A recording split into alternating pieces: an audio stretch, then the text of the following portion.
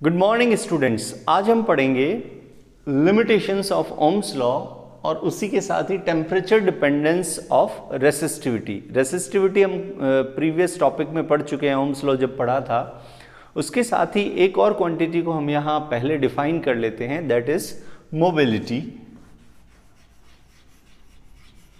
Mobility जो है, mobility relate करती है बेटा मोबाइल चार्ज कैरियर से, and how mobile the charge carriers are shows the mobility. ठीक है, तो मोबिलिटी को डिफाइन करें हम म्यू से रिप्रेजेंट करते हैं और इसको सिंपली डिफाइन करते हैं ड्रिफ्ट वेलोसिटी और इलेक्ट्रिक फील्ड के रेशियो से। ठीक है, तो हम कहेंगे mobility is defined as the ratio of magnitude of drift velocity to the electric field applied to the ends of the conductor. जो भी है उसको हम इस तरीके से डिफाइन कर सकते हैं। तो सिंपल डेफिनेशन है, इसकी यूनिट आप देख सकते हैं, तो आप वीडी मीटर पर न्यूटन पर कूलम इस तरीके से लिख सकते हैं। इलेक्ट्रिक फील्ड की जो यूनिट होगी वो हो जाएगी हमारे पास न्यूटन पर कूलम, और इसकी जो यूनिट हो जाएगी वो हमारे पास हो जाएगी मीटर। तो आप इजीली मीटर इंटू कूलम पर न्यूटन लिख सकते हैं। तो ये हमारे पास एक क्वांटिटी डिफाइन हो गई, मोबिलिटी। इसमें यदि हम Vd की वैल्यू रख दें, Vd की वैल्यू यदि आपको याद हो तो that was E by m into tau. Tau was the relaxation time at here. So we can say Vd को जैसे मैं पुट करूंगा तो म्यू हमारे पास क्या आ जाएगा बेटा, देखिए that will be E by m e into torque. E से ई कैंसिल, म्यू मोबिलिटी को हम लिख सकते हैं बेटा ई टॉ अपॉन एम। तो ये हमारा एक सिंपल सी क्वांटिटी हो गई जिसे हम इस तरीके से डिफाइन कर सकते हैं। तो ये हमारा हो गया मोबिलिटी। नेक्स्ट हमारा टॉपिक है that is limitations of Ohm's law.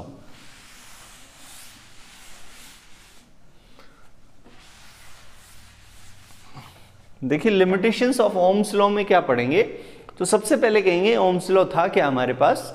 Ohm's law था V is proportional to I when some physical conditions are constant at the ends of the कोई भी वायर ले लिया था हमने और हमने कहा था कि इसके एंड्स पर पोटेंशियल V है, पोटेंशियल डिफरेंस, इसमें से करंट I फ्लो हो रहा है, तो V was proportional to I and there was a constant we introduced as a resistance। Resistance हमने कहा था कांस्टेंट है, लेकिन हमने बाद में कहा कि ये कांस्टेंट नहीं है, ये मटेरियल पर भी डिपेंड करता है और टेम्परेचर पर भी डिपेंड करता है। तो फिर हमने एक और क्वांटिटी को डिफाइन किया जिसको हम यहाँ बाद में डिस्कस करने वाले हैं, रेसिस्टिविटी। तो रेसिस्टिविटी को हमने किस तरीके से R को रिलेट किया था, that is raw L upon A। ठीक है, इस तरीके से हमने इसको रिलेट किया था।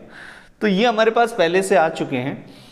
अब हम देखते हैं कि लिमिटेशंस का मतलब क्या है। लिमिटेशंस का मतलब ये है कि वो कौन सी लिमिट है जहां तक ओम्स लॉ फॉलो होता है, और उसके बाद में यदि हम इस कंडीशंस को आगे ले जाएं तो वो फॉलो नहीं होगा।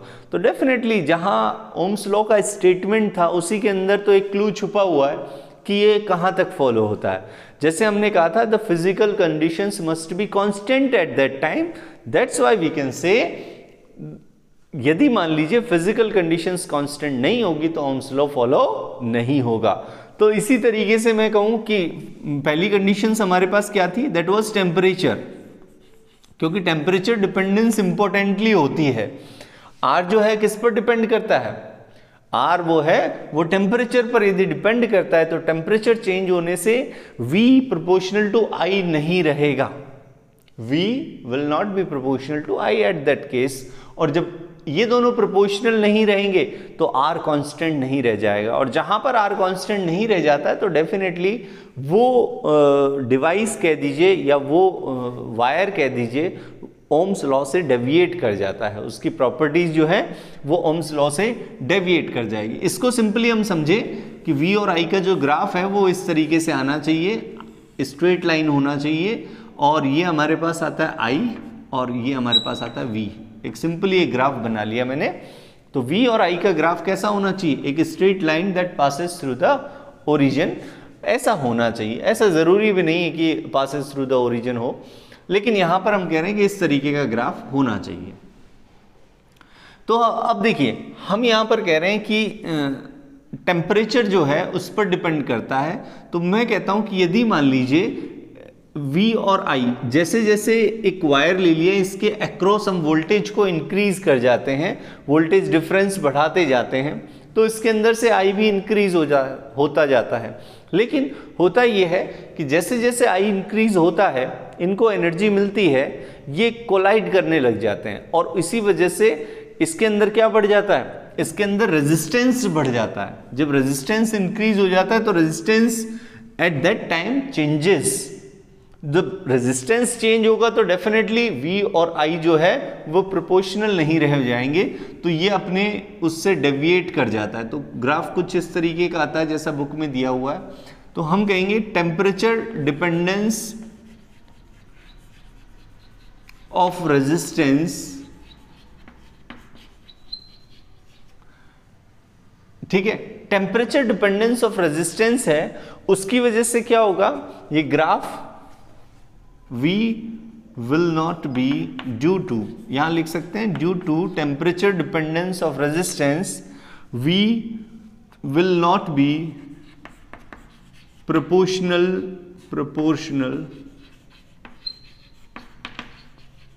to I, ठीक है, प्रोपोर्शनल नहीं रहेगा, किसके, I के प्रोपोर्शनल नहीं रहेगा। क्यों, जैसे जैसे टेम्परेचर चेंज होगा वैसे वैसे क्या चेंज होता जाएगा, उसका रेजिस्टेंस चेंज होता जाएगा। तो यहां पर एक बात और समझने की है, हम लेबोरेटरी के अंदर ओम्स लॉ का जब एक्सपेरिमेंट करते हैं तो ओम्स लॉ के एक्सपेरिमेंट में एक प्रिकॉशंस रखी जाती है, कहा जाता है कि आप कंटिन्यूअसली उसके अंदर करंट फ्लो ना करवाएं। ऐसा इसलिए होता है कि हाई वोल्टेज यदि हम जनरेट कर देते हैं इसके एंड्स पर, तो होता ही है इलेक्ट्रॉन बहुत तेजी से फ्लो करते हैं, क्योंकि उनको एनर्जी बहुत ज़्यादा मिल जाती है, और वो एनर्जी जैसे ही लेते हैं इसके अंदर से फ्लो करना, इस टाइम वो कोलाइड करना स्टार्ट करेंगे।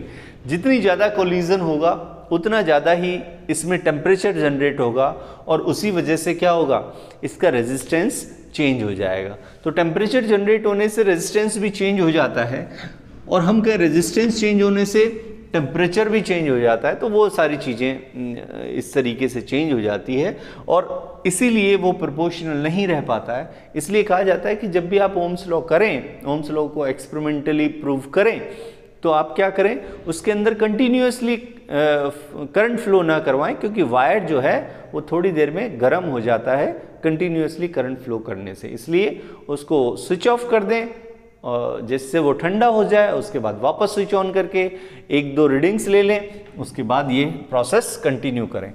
तो इस तरीके से हम इसको कर सकते हैं। सेकंड हमारी लिमिटेशंस है बेटा कि कुछ ऐसे मटेरियल हैं जो इसको पहले फॉलो ही नहीं करते हैं, लाइक सेमीकंडक्टर्स। तो सेमीकंडक्टर डिवाइसेस में एक इंपॉर्टेंट डिवाइस है जिसे हम लास्ट के चैप्टर्स में पढ़ेंगे, दैट इज डायोड। डायोड जैसे प्रॉपर्टीज यदि देखें तो हम कहेंगे डायोड जो है इसको फॉलो नहीं करता है। क्यों नहीं करता है, क्योंकि यदि मैं डायोड का ग्राफ बनाऊं तो फॉरवर्ड बायस में यदि लगाऊं तो कुछ इस तरीके का ग्राफ आता है, तो I और V जो है वो इस तरीके से चेंज होते हैं। चलो ये भी हमने मान लिया कि भाई ये चलो स्ट्रेट लाइन है, लगभग स्ट्रेट लाइन की तरह बिहेव कर रहा है, लेकिन मैं यदि कहूं कि इसको मैं रिवर्स डायरेक्शन में वोल्टेज लगा दूं तो ग्राफ कुछ ऐसा नहीं मिलता, कुछ अजीब सा मिलता है। जो रिवर्स वोल्टेज करने से ग्राफ भी स्ट्रेट लाइन ही होना चाहिए, ये नेगेटिव में करंट आ जानी चाहिए, लेकिन कुछ अजीब सा ग्राफ आता है जो स्ट्रेट लाइन नहीं होता है। तो इसलिए डायोड जैसे मटेरियल्स जो हैं, डिवाइसेस जो हैं वो इस ओम्स लॉ को फॉलो नहीं करती है। तो डायोड में यदि आप ओम्स लॉ लगाने की कोशिश कर रहे हैं तो वो आपका गलत हो जाएगा। थर्ड वन में बात कर लेता हूं, कुछ ऐसे सेमीकंडक्टर डिवाइसेस हैं जिनके लिए कुछ अलग ही ग्राफ आता है V और I का, ठीक है, I और V का कुछ, जैसे ये है हमारा मटेरियल गैलियम आर्सेनाइड, ये भी एक तरीके का सेमीकंडक्टर ही है। तो हम कहें सेमीकंडक्टर डिवाइसेस में यदि देखें तो मैं यदि इसको ऐसे क्रॉस कर देता हूं, देखिए यहाँ एक लाइन खींच देता हूं इस तरीके से, तो हम देखिए एक ही I की वैल्यू के लिए V की दो वैल्यू है, जबकि ग्राफ जो है वो यूनिक होना चाहिए।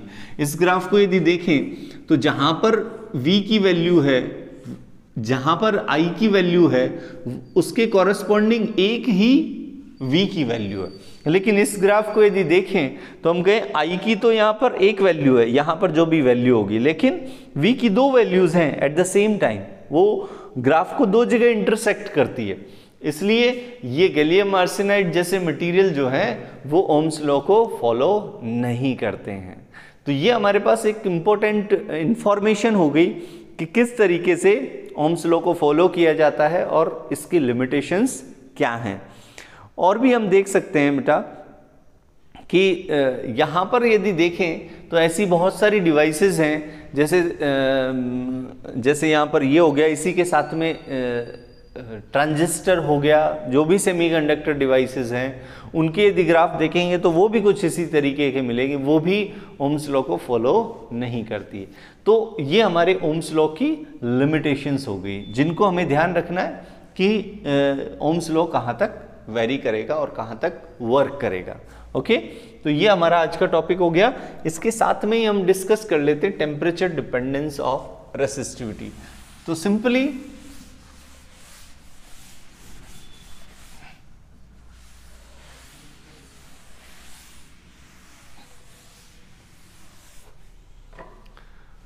सिंपली मैं यहाँ बता दूं आपको कि किस तरीके से रेसिस्टिविटी जो है मटेरियल की वो टेम्परेचर पर डिपेंड करती है। तो हम देखिए इसको इस तरीके से देख सकते हैं, रॉ से हम डिनोट करते हैं। तो सिंपल एक फॉर्मूला है, that is raw naught 1 plus alpha T minus T not. Okay, ये न्यूमेरिकल्स वगैरह के लिए इंपॉर्टेंट फॉर्मूला है बेटा, इसको याद रखिएगा। Rho is equals to rho naught 1 plus alpha delta T भी कहते हैं, ये टेम्परेचर डिफरेंस, या टी माइनस टी नॉट भी कह सकते हैं। सेम इसी तरीके का रिलेशन हो सकता है। यदि रॉ की वैल्यू को रखूं तो मैं इसी तरीके का रिलेशन इस आर के लिए भी लिख सकता हूं, like T minus T not, इस तरीके का रिलेशन लिखा जा सकता है। तो ये रॉ की जो टेम्परेचर डिपेंडेंस है, देखिए रॉ जो है, रॉ नॉट जो है वो इनिशियल रेसिस्टिविटी है। ठीक है, इनिशियल रेसिस्टिविटी कितनी है, चेंज होने पर मान लीजिए टेम्परेचर इनिशियली टी नॉट था, उसके बाद इसका टेम्परेचर टी हो गया, उसका डिफरेंस कितना है वो, और ये हमारा अल्फा जो है वो टेम्परेचर कोफिशिएंट है, that is what it is, temperature coefficient. इसकी वैल्यू कांस्टेंट होती है, तो आप इजीली अलग अलग मटेरियल के लिए जो भी है उसको आप लगा सकते हैं। लेकिन यहां पर देखें तो T minus T not is the temperature difference, और यदि मैं इसको बढ़ाऊंगा तो ये 1 प्लस का साइन है, तो मैं कहूंगा कि रॉ जो है वो इंक्रीज होती जाएगी। तो जैसे जैसे टेम्परेचर इंक्रीज करेंगे वैसे वैसे इसकी रेसिस्टिविटी भी क्या होती जाएगी, इंक्रीज होती जाएगी। तो इस फॉर्मूले से ये क्लियर हो जाता है। लेकिन हम कुछ मटेरियल्स के लिए इसके ग्राफ यदि देखें तो मान लीजिए मैं एक ग्राफ बना लेता हूँ। मान लीजिए कॉपर के लिए मैं एक ग्राफ बनाता हूँ। तो कॉपर के लिए जो ग्राफ आता है वो कुछ इस तरीके का आता है, ये देखिए इस तरीके का ग्राफ आता है। तो रेसिस्टिविटी और इस तरीके से टेम्परेचर और रेसिस्टिविटी का ग्राफ इस तरीके का। तो हम कहेंगे कि ये किस तरीके से वर्क करता है वो समझ लीजिए। हम कह रहे हैं कि जैसे जैसे हम टेम्परेचर इंक्रीज करते जाते हैं, रेसिस्टिविटी यहाँ पर इंक्रीज हो रही है, रेसिस्टिविटी इज इंक्रीजिंग, जैसे जैसे हम इसको इंक्रीज करते जा रहे हैं, यहाँ देखिए। ठीक है, इसी तरीके से यहाँ पर कुछ अलग मटेरियल्स ले लेते हैं, लाइक ये तो हो गया हमारा कॉपर का ग्राफ हो गया। ठीक है, यहाँ पर इसको हम एक्सप्लेन करेंगे एक बुक के अकॉर्डिंग। हम एक नाइक्रोम वायर, टंगस्टन है, मैग्नीन है, उनके वायर्स जो हैं जो बल्ब वगैरह में काम में लिए जाते हैं, उनके लिए यदि ग्राफ देखें तो वो कुछ इस तरीके का आता है। ये देखिए इस तरीके से स्ट्रेट लाइन, रॉ और टी। ठीक है, लेकिन यदि हम इसी को ही सेमीकंडक्टर के लिए देखें तो सेमीकंडक्टर कुछ अलग प्रॉपर्टीज एग्जिबिट करता है। तो ये देखिए इस तरीके का ग्राफ हो गया, रॉ एंड टी। यदि हम इस ग्राफ को देखें तो हम कह रहे हैं कि रॉ के टेम्परेचर के साथ में रेसिस्टिविटी इंक्रीज हो रही है। ऐसा क्यों हो रहा है वो हम वापस से समझ लें, हालांकि हम समझ चुके हैं ये चीज, वापस से एक रिवीजन कर लें कि जैसे ही हम टेम्परेचर इंक्रीज करेंगे, जो इलेक्ट्रॉन्स, फ्री इलेक्ट्रॉन्स है मेटल्स के अंदर, कॉपर मेटल है, मेटल्स के अंदर जैसे ही फ्री इलेक्ट्रॉन को एनर्जी मिलेगी, टेम्परेचर से क्या मिलेगी बेटा, एनर्जी मिलेगी। एनर्जी जैसे उनको मिलेगी उनकी काइनेटिक एनर्जी बढ़ जाएगी, काइनेटिक एनर्जी से उनके मूवमेंट में जो है वो तेजी आएगी। ठीक है, तेजी से मूवमेंट करेंगे, उनकी स्पीड बढ़ जाएगी। जैसे स्पीड बढ़ेगी तो होगा ये कि वो जल्दी जल्दी कोलाइड करने लग जाएंगे, ठीक है। जो टाइम बहुत ज़्यादा लग रहा था कोलिजन में, वो टाइम अब बहुत कम लगने लगेगा, ठीक है, क्योंकि उनकी स्पीड बढ़ जाएगी। और इसी वजह से हम कहते हैं कि कोलिजन टाइम जो है वो कम हो जाएगा। तो हमें एक रिलेशन पढ़ा था हमने, याद हो आपको, अभी पिछले डेरिवेशन में एक रिलेशन निकाला था, हमने निकाला था कि भाई जैसे जैसे हम इंक्रीज करेंगे तो हमारे पास रेसिस्टिविटी किस तरीके से चेंज होगी, m/ne² टॉ, इस तरीके से निकाला था, है ना। और हमने कहा था torque is the relaxation time. और हम कह रहे हैं कि जैसे जल्दी जल्दी कोलाइड करेंगे ना तो रिलैक्सेशन टाइम क्या हो जाएगा, कम हो जाएगा। जब ये कम होगा तो रेसिस्टिविटी क्या होगी, इंक्रीज होगी। तो इस रिलेशन से हमने इसको वहां भी आपको एक्सप्लेन किया था, लेकिन यहां पर भी वापस से समझ लीजिए, जैसे जैसे टेम्परेचर बढ़ेगा काइनेटिक एनर्जी इलेक्ट्रॉन्स की बढ़ जाएगी, उससे वो जल्दी जल्दी कोलाइड करने लग जाएंगे क्योंकि उनकी स्पीड बढ़ जाएगी। और जल्दी कोलाइड करेंगे तो रिलैक्सेशन टाइम भी क्या हो जाएगा, कम हो जाएगा। जब रिलैक्सेशन टाइम कम होगा तो डेफिनेटली रॉ इंक्रीज हो जाएगा। तो हम कहते हैं कि रेसिस्टिविटी जो है वो इंक्रीज होती जाती है इस तरीके से। क्लियर? ये टेम्परेचर डिपेंडेंट। नाइक्रोम वगैरह के लिए ये कुछ स्ट्रेट लाइन सा होता है, तो इसको भी हम कंसीडर कर लेंगे। और इसके लिए, और इसका सबसे बड़ा फायदा ये है कि टेम्परेचर जैसे जैसे बढ़ेगा वैसे वैसे इसका जो टेम्परेचर बढ़ेगा, रेसिस्टिविटी बढ़ने से क्या होगा, इसका जो टेम्परेचर ब्राइटनेस बढ़ती जाएगी। तो ये एक फ़ायदा हो सकता है, इसीलिए इन मटेरियल्स को काम में लिया जाता है कि वो स्ट्रेटली इंक्रीज करते हैं, ठीक है। और ये जो मटेरियल है ये हमारा सेमीकंडक्टर है, इंपॉर्टेंट है।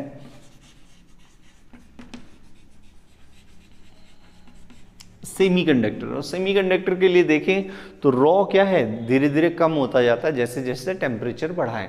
सेमीकंडक्टर की प्रॉपर्टीज थोड़ी अलग होती है, इसके अंदर कुछ बैंड गैप से हम इसको समझाते हैं।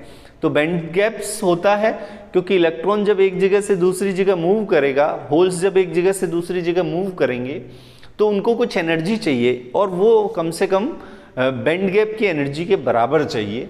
और इसीलिए क्या होता है कि जैसे ही इनको टेम्परेचर दिया जाता है तो ये एक सफिशिएंट एनर्जी गेन कर लेते हैं, और गेन करने के बाद ये कंडक्शन बैंड में चले जाते हैं। और उसी वजह से क्या होता है कि इनका टेम्परेचर बढ़ाने से रेसिस्टिविटी कम होती जाती है। तो जैसे जैसे करंट फ्लो होने लग जाएगा टेम्परेचर बढ़ने से, वैसे वैसे इनकी रेसिस्टिविटी इनडायरेक्टली कहें तो कम होती जाती है।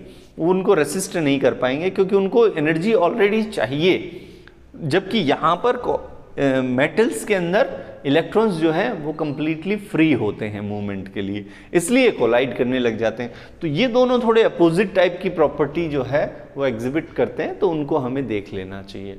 तो ये हमारा हो गया बेटा टेम्परेचर डिपेंडेंस ऑफ रेसिस्टिविटी, किस तरीके से डिपेंड करती है।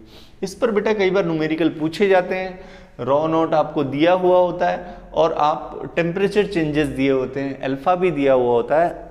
अनसॉल्व न्यूमेरिकल्स हैं, सॉल्व न्यूमेरिकल्स भी हैं इस चैप्टर में, उनको आप जरूर करिए। कोई प्रॉब्लम आ रही हो तो पूछिए, इस पर बेस्ड न्यूमेरिकल्स आप करते रहिए। और बाकी आपका आज का टॉपिक तो आज के लिए इतना ही। कल हम कुछ छोटे मोटे टॉपिक शुरू करते हुए बैटरीज वगैरह, सेल्स वगैरह, ईएमएफ पर डिस्कशन करेंगे। आज के लिए इतना ही। Thanks for watching. Stay home, stay safe.